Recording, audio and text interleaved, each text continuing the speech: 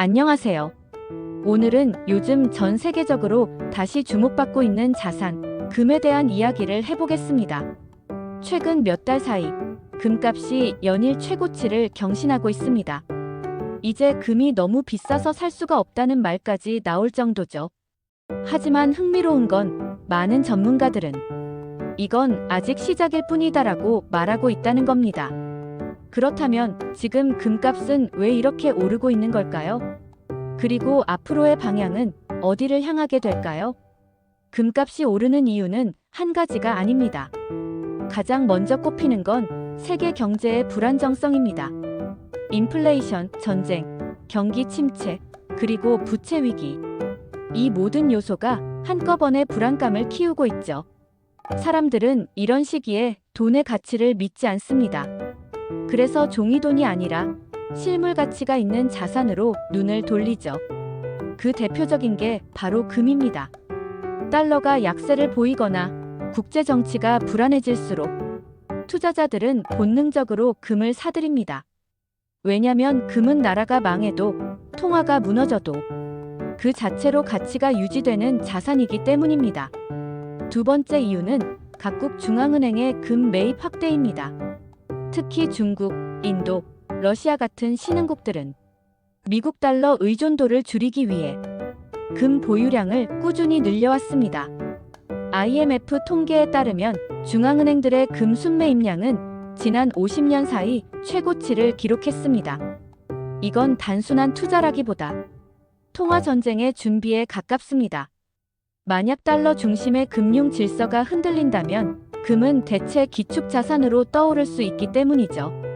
그래서 요즘 시장에선 이런 말이 나옵니다. 달러 시대는 서서히 저물고 금의 시대가 돌아오고 있다. 세 번째는 투자 심리의 변화입니다. 예전에는 금이 위기 자산이었다면 지금은 핵심 포트폴리오 자산으로 바뀌고 있습니다. 주식이 흔들리고 부동산이 불안해지자 개인 투자자들까지 금에 눈을 돌리고 있죠. 특히 ETF나 디지털 골드 같은 상품이 등장하면서 금 투자가 훨씬 쉬워졌습니다. 휴대폰으로 몇 번의 클릭만으로도 전 세계 금 시장에 참여할 수 있게 된 겁니다. 그만큼 수요는 넓어지고 공급은 제한적이기 때문에 가격이 오를 수밖에 없습니다. 그렇다면 앞으로 금값은 어디로 갈까요? 단기적으로는 변동이 있을 수 있습니다. 미국의 금리 정책, 달러 환율, 지정학적 이슈에 따라 잠시 조정이 올 수도 있겠죠. 하지만 장기적으로 본다면 금값은 우상향할 가능성이 높습니다. 왜냐면 세계 경제의 불안이 사라지지 않았기 때문입니다. 인플레이션은 여전히 높고 각국의 부채는 사상 최고 수준을 유지하고 있습니다. 게다가 전쟁과 분쟁은 언제든 다시 터질 수 있죠. 이런 상황에서 사람들이 선택할 수 있는 마지막 안전자산은 결국 금밖에 없습니다. 그렇다고 해서 무작정 금을 사는 게 답은 아닙니다. 금은 단기 수익을 노리기보다는 자산의 안정성과 분산 효과를 위한 투자입니다. 즉, 지키는 투자죠. 포트폴리오의 일부를 금으로 나누어 리스크를 줄이는 것이 현명한 접근입니다. 전문가들은 전체 자산의 1020% 정도를 금이나 금 관련 자산으로 보유하길 권합니다. 결국 금은 단순한 금속이 아닙니다. 인류가 두려움을 느낄 때마다 항상 그 불안을 담아온 심리의 상징이자 역사가 증명한 진짜 돈입니다. 지금 금값이 오르고 있다는 건 세상이 여전히 불안하다는 뜻입니다.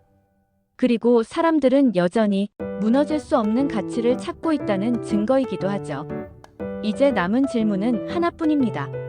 당신은 무엇을 믿을 것인가? 종이 위의 숫자일까요? 아니면 수천 년 동안 인간이 쥐고 있던 단단한 빛, 금일까요? 헬스 이즈 라이프.